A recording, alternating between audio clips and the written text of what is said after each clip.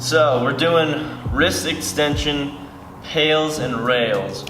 What PAILs and rails simply stands for is passive angular isometric loading and regressive angular isometric loading. Really, you don't need to know the terminology behind it, but the main thing to realize is whenever I say PAILs in this video, we're going to be pushing deeper into the exercise, and I'll explain as we go.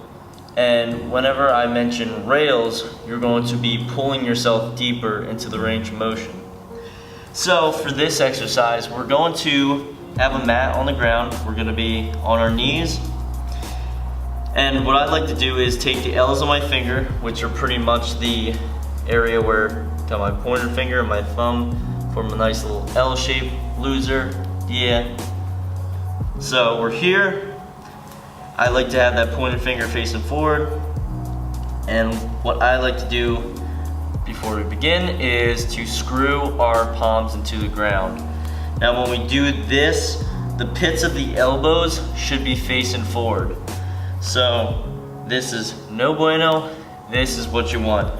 You want to screw those hands in, bring those shoulder blades back, and then from here what we're going to do is lean forward. And what we're doing is bringing our hands into extension, because this is flexion, this is extension of the wrist. So we'll go a little side view for you.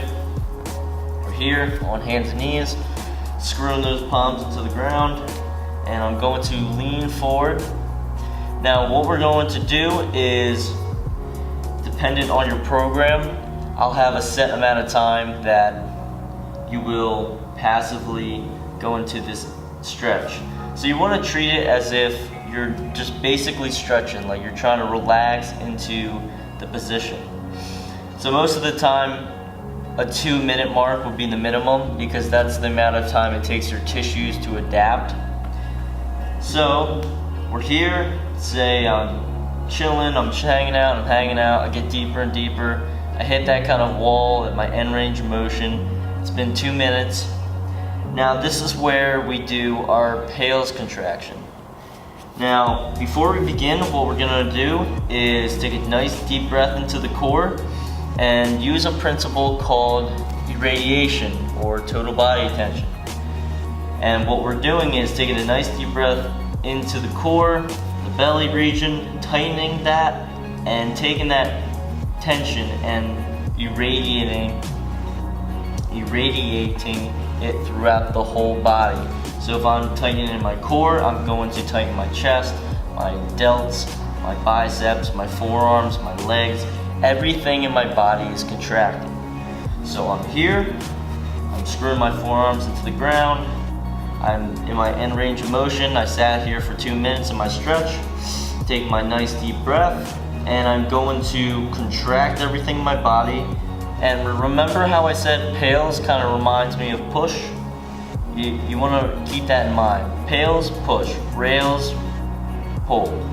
Rails doesn't really rhyme too well, but yeah, who gives a shit? So we're here.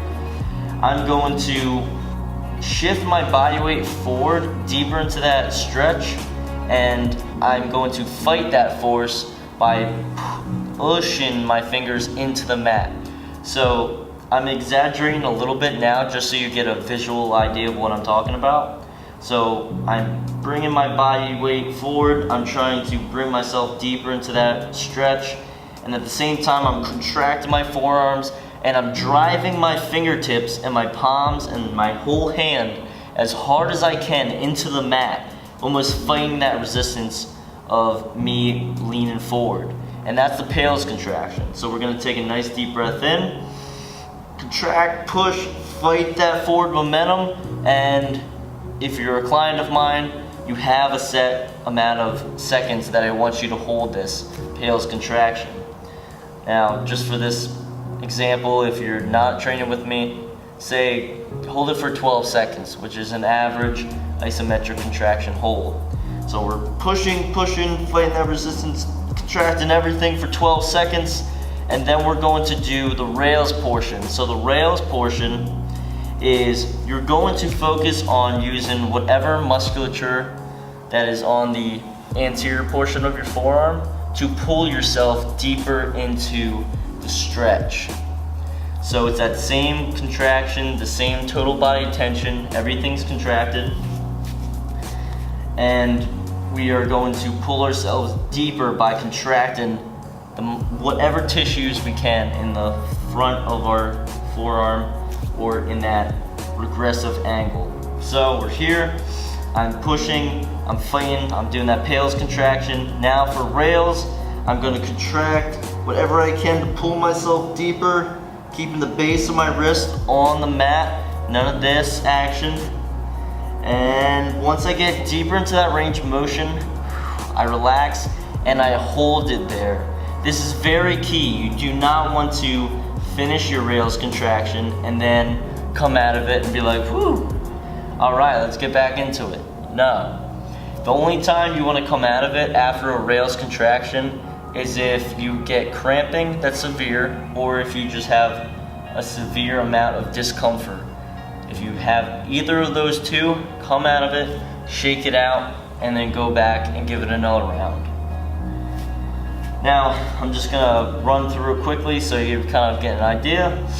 Nice deep breath in, screw my hands into the ground. L's of my fingers are facing towards one another, pointer fingers facing the wall in front of me, and so are the pits of my elbows.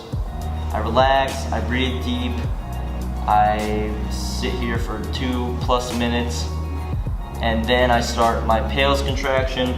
Nice deep breath, contract everything in my body, push my fingertips into the mat, drive my palms into the mat, push, fight that forward resistance that I'm creating, and then rails right after. I'm pulling myself deeper with the musculature of my forearms, and then I relax when I'm done that rails contraction, and I sit here for another 2 minutes. So you want to act as if every PAILs and rails contraction, there's always going to be a set period of time where you relax into it and then restart the whole process. 2-minute rest, PAILs, rails. 2-minute rest, PAILs, rails.